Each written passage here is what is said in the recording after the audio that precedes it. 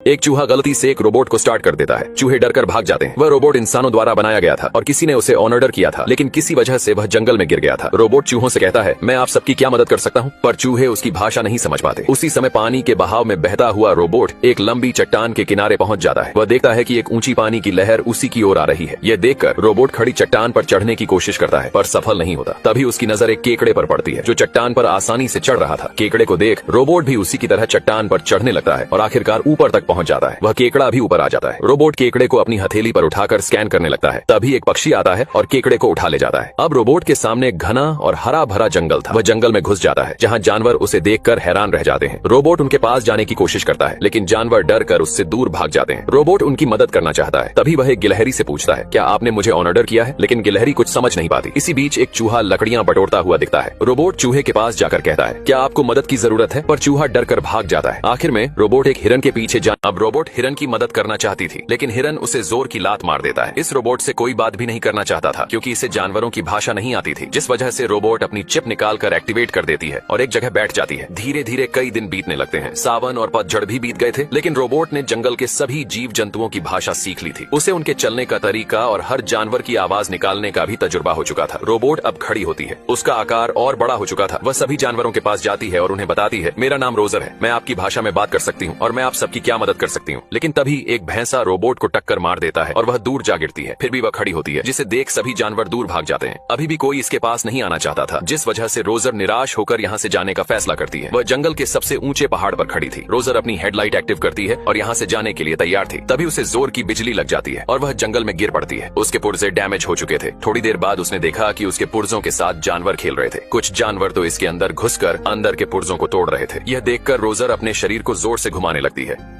अब रोबोट नीचे गिर जाती है, जिसके बाद उसके पार्ट डैमेज हो चुके थे। थोड़ी देर बाद रोबोट ने देखा कि उसके पुर्जों के साथ जंगली जानवर खेल रहे थे। कुछ जानवर रोबोट के अंदर घुसकर पार्ट्स को तोड़ रहे थे, जिसकी वजह से रोबोट को बहुत बुरा लगता है। वह अपने हाथ के पंजे को एक्टिव कर देती है, जिसके बाद पंजा जानवरों से बचते हुए रोबोट के पास आ जाता है। रोबोट अपने शरीर को जोर से घुमाने लगती है, जिससे सभी जानवर बाहर निकलकर गिर जाते हैं। अब वह यहाँ से जाने के लिए अपनी हेडलाइट चालू करती है, लेकिन एक जानवर उसकी लाइट निकालकर भाग जाता है। रोबोट उसे पकड़ती है, लेकिन तभी वह देखती है कि उसके पीछे जानवरों का झुंड है। इस वजह से पेड़ नीचे झुकने लगता है। रोबोट पेड़ को झटके से छोड़ देती है, जिससे सभी जानवर आसमान में उड़ जाते हैं। रोबोट लाइट लेने के लिए उस जानवर को पकड़ती है। वह जानवर एक गुफा में छुप जाता है, लेकिन डर कर वहां से भाग जाता है। रोबोट अपना हाथ लंबा करके लाइट उठाती है। तभी उसे एक बड़ा जानवर दिखता है। वह एक भालू होता है, जो बाहर निकलकर रोबोट को एक तमाचा जड़ देता है। रोबोट अपनी जान बचाते हुए भागने लगती है। भागते भागते वह नीचे गिरने लगती है और पहाड़ के आखिरी छोर पर जा गिरती है। जब उसकी आंख खुलती है तो वह देखती है कि उसकी वजह से एक पक्षी मर चुका है और उसके अंडे भी टूट चुके थे। वह टूटे अंडों को जोड़ने की कोशिश कर रही थी, लेकिन तभी उसने देखा कि एक अंडा बिल्कुल ठीक था।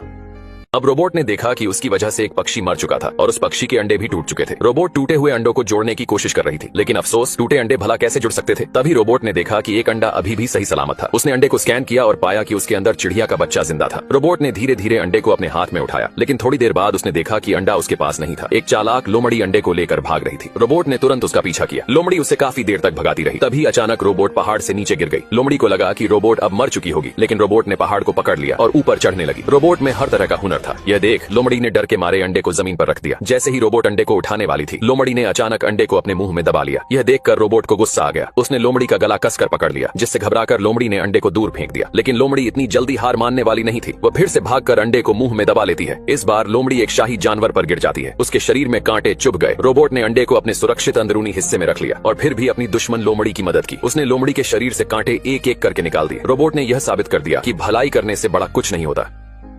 अब रोबोट लोमड़ी को उठाती है और उसके शरीर में धन से कांटों को निकालने लगती है। रोबोट दुश्मन लोमड़ी की भी मदद करती है। तभी रोबोट को कुछ हलचल महसूस होती है। वह उस अंडे को बाहर निकालती है। अंडा टूट रहा था, जिस वजह से रोबोट अपने हाथों से अंडे को फूटने से रोकने लगती है, क्योंकि उसका काम था कि वह अंडे की हिफाजत करे। लेकिन अंडे से बच्चा बाहर निकलता है। रोबोट ये सब देखकर हैरान हो जाती है। बच्चा रोबोट को सामने देखकर उसे अपनी माँ समझता है, लेकिन रोबोट ये नहीं जानती थी कि प्यार क्या होता है, दुख दर्द क्या होता है। इस वजह से वह बच्चे को नीचे उतार देती है और कहती है, मेरे इस काम के लिए कितने नंबर दोगे? लेकिन बच्चा डर गया था। वह अभी सही से बोल भी नहीं पा रहा था। अब रोबोट वहाँ से जाने वाली थी, लेकिन बच्चा उसके ऊपर चढ़कर उसकी लाइट को तोड़ देता है, जिसके बाद रोबोट वहाँ से नहीं जा सकती थी। बच्चा रोबोट से चिपक कर सो जाता है, लेकिन रोबोट बच्चे को चूहों के पास रख देती है ताकि वह चूहों के साथ रह सके। लेकिन चूहों के बच्चे उसे देखकर डर जाते हैं, जिस वजह से चूहों की माँ रोबोट से कहती है, क्या यह तुम्हारा बच्चा है? रोबोट मना कर देती है। चूहों की माँ कहती है, इस बच्चे ने तुम्हें पहले देखा होगा, इसलिए वह तुम्हारे पास जा रहा है। तुम्हारी जिम्मेदारी बनती है कि तुम इसकी परवरिश करो। इतना सुनकर रोबोट तैयार हो जाती है, क्योंकि उसे एक ऑर्डर मिला था।